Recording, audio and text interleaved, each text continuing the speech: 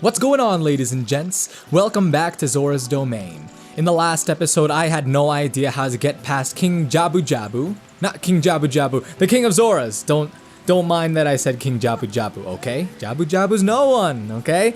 But anyway, I think I do have an idea of how I am supposed to progress. So let us remember how we spoke with this game last time. This one guy who was only like diving game, 20 rupees. And then, yeah, he didn't force us to play, but I think that playing the game is something that we want to do. And in doing so, if we complete the game anyway, I believe that we should get something that will allow us to dive into the water for a longer amount of time. And that's something that we need to do in order to progress. So anyway, we need to grab the rupees that he will drop in the water. That sounds like a relatively easy task, you know? When you pick them all up, come back here. I'll give you something very nice. And indeed, if he is going to give us what I think that he is going to give us, then it really is something that is very nice. Alright, so let's just get those rupees. It shouldn't be all that hard. They are very easy to spot, thankfully. Even though they are blue, you know, they're still easy to see underwater. Or from above the water. Excuse me. It's a good thing that Link doesn't need goggles, you know? I don't know about the rest of you, but whenever I go swimming, if I want to open my eyes underwater, many times I need goggles for it. I do sometimes, you know, open my eyes in the water, like in the pool, but I remember that there was a time when I did that at a public pool, and then my eyes started burning like crazy afterwards, but that doesn't usually happen to me. But yeah, that's one interesting fact about ShdwjGaming, that there was one time when he tried to open his eyes underwater, and then his eyes started to burn like no tomorrow. That's so interesting, right? That's definitely something that you would expect to hear in an Ocarina of Time Let's Play. Alright, anyway, let's make our way back to that Zora that was hosting the game that we just played.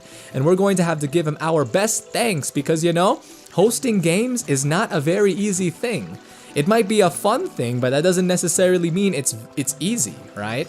Because as a youth group leader, I love being a youth group leader, and I also love hosting games and all, but even though it's fun, that doesn't necessarily mean that at times it can be a difficult and challenging thing. But here he says, with this scale that he is giving us, a scale of our kind, you can dive much deeper under the water. And there we go, this one is called a silver scale. So you can guess that we are probably going to pick up a gold scale, a golden scale later on in the game, but that's for later on. Let's be satisfied with the item that we just received. Now, you see that passage under there? I totally forgot that this passage was here, but now that we've got the silver scale, we can dive underwater for a whole 6 seconds before having to gasp for air. And now we can make our way to Lake Hylia. This is actually a shortcut to Lake Hylia. Whoa. Hello there. There's another Zora here.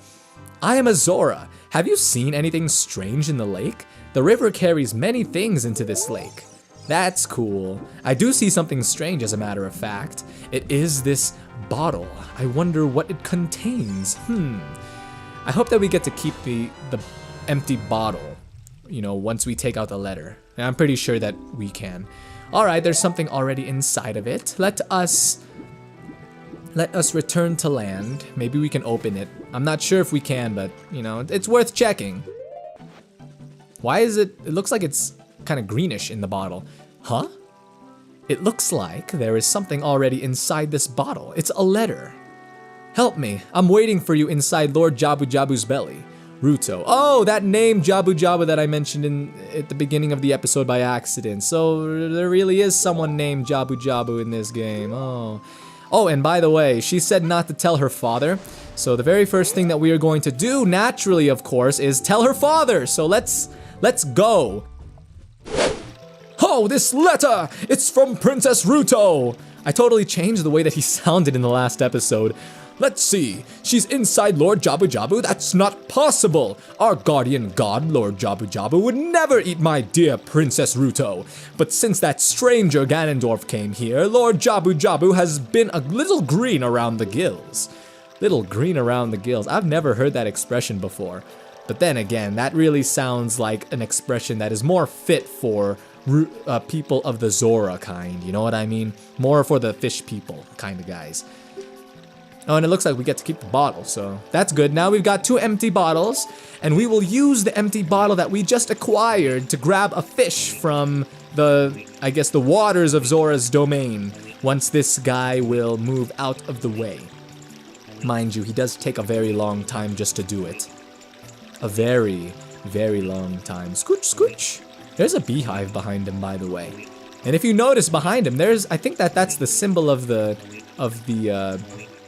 you know that medallion that you get after clearing the water temple way later on in the game. I'm pretty sure that's the same symbol. Alright, King Zora, thank you for taking, I think that was a whole 30 seconds. I wouldn't be surprised if that was half a minute. I mean, sometimes you can't help but wonder, why do cutscenes like that have to be so long? Alright, so the fish that we need can be found, or the fishes that we need can be found over here, but we really only need 1 fish. Use it with C and something might happen. And when he says that, or when the game says that something might happen, all you really do is empty your bottle of the fish and then leave it on the ground to die. That's really all that happens. So, yup. So here's that back area of Zora's domain that I was talking about. This is where we will find that big friendly little fish, or should I say big fish rather, named Lord Jabu-Jabu. There you go. And he looks like a very happy fella, you know? His eyes kind of look a little bit creepy. I don't know, maybe that's just me. I mean, you know how a lot of characters in Zelda look a little bit cartoonish? I think that they were trying to go for a little bit of a more realistic approach here, even though, you know, usually you don't run into fish this big, but you get what I mean, right? The appearance of this guy. But anyway, we will want to see what is inside these pots before we progress to do what we are about to do. And you will soon see what we are about to do right about, oh, let me grab that first, right about now. If you drop the fish in front of him, he will, oh, see, look at the poor fish, he's dying. Yeah, he will open his mouth. Now that I look at him, he kind of reminds me of, I think his name is either Clinkers or Clankers from Banjo-Kazooie. It's called Clanker's Cavern, or it could be called Clinker's Cavern. It's a 50-50 shot. I'm pretty sure it's Clanker's Cavern, so I'm going to call the character Clanker. But anyway, there's this giant metallic fish that is inside a Banjo-Kazooie stage, and Lord Jabu-Jabu reminds me of that guy. Alright, so here's some Octorok that we need to take out. Not really a difficult task, you know. I could be doing it the smart way by using my slingshot. That would probably be a good idea. Excuse me. Alright. Just L target and shoot these guys in the face once they're not shooting rocks at you, because when their rocks collide with your Deku ammo things, your Deku seeds, that's what it is, then you're not going to kill him. You're going to destroy the rock instead, but you want to kill the Octorok. Speaking of, these Octoroks look a lot different than in any other Zelda game that I have seen. They look a lot more different than the Octoroks that are in Wind Waker, that's for sure. And they look a lot more different than the Octorok that appear in what's it called? The original Legend of Zelda. So this is Beery. Everyone say hello to Beery. Hi, Beery. But don't touch it because, as Navi says, you will be electrocuted, just like with most jellyfish out there. Any jellyfish, really. So they just wanted to give it a creative name, you know, because calling it jellyfish is not that creative. You have to give it some type of weird name because it's a Zelda game. If you called Octorok just octopus or octopi, then that's not that creative. Come on, you want to be creative with your enemy names. What is that? What is that green thing? No, not that green thing. I mean the green thing that looked like a pillar that was kind of wavy like that. It looked kind of gross. Everything in this place looks really gross, actually. Not including Princess Ruto, because calling someone gross and disgusting is not very polite. Are you saying my father asked you to come here to save me? I'd never ask anyone to do such a thing. Letter in a bottle? I have no idea what you're talking about. My father is worried about me? I don't care. Anyway, I can't go home right now. And you, get out of here, understand? She's got such sass. Don't! She fell.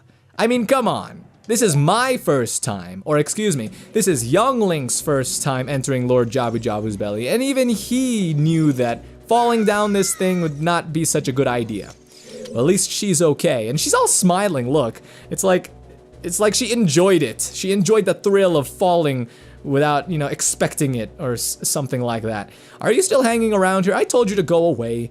I'm okay. I've been going inside Lord Jabu-Jabu's belly since I was little, but Lord Jabu-Jabu is very strange today. There are electrified jellyfish and strange holes around. On top of that, my precious stone was... But that's none of your business. Anyway, you, go home, understand? No, I don't understand, miss. And she was like all smiling, like she wants us to follow her. Like she wants the attention, you know, but maybe she's just a tsundere, the anime or Japanese term for those characters that how do I properly word this? Those anime characters that have crushes on the protagonist, but they don't want to admit it, so they just instead they end up being like a jerk to the character, basically playing hard to get. But in anime, of course, hard to get is taken to extremes, and they act like big jerks and all of that. Oh, you know what?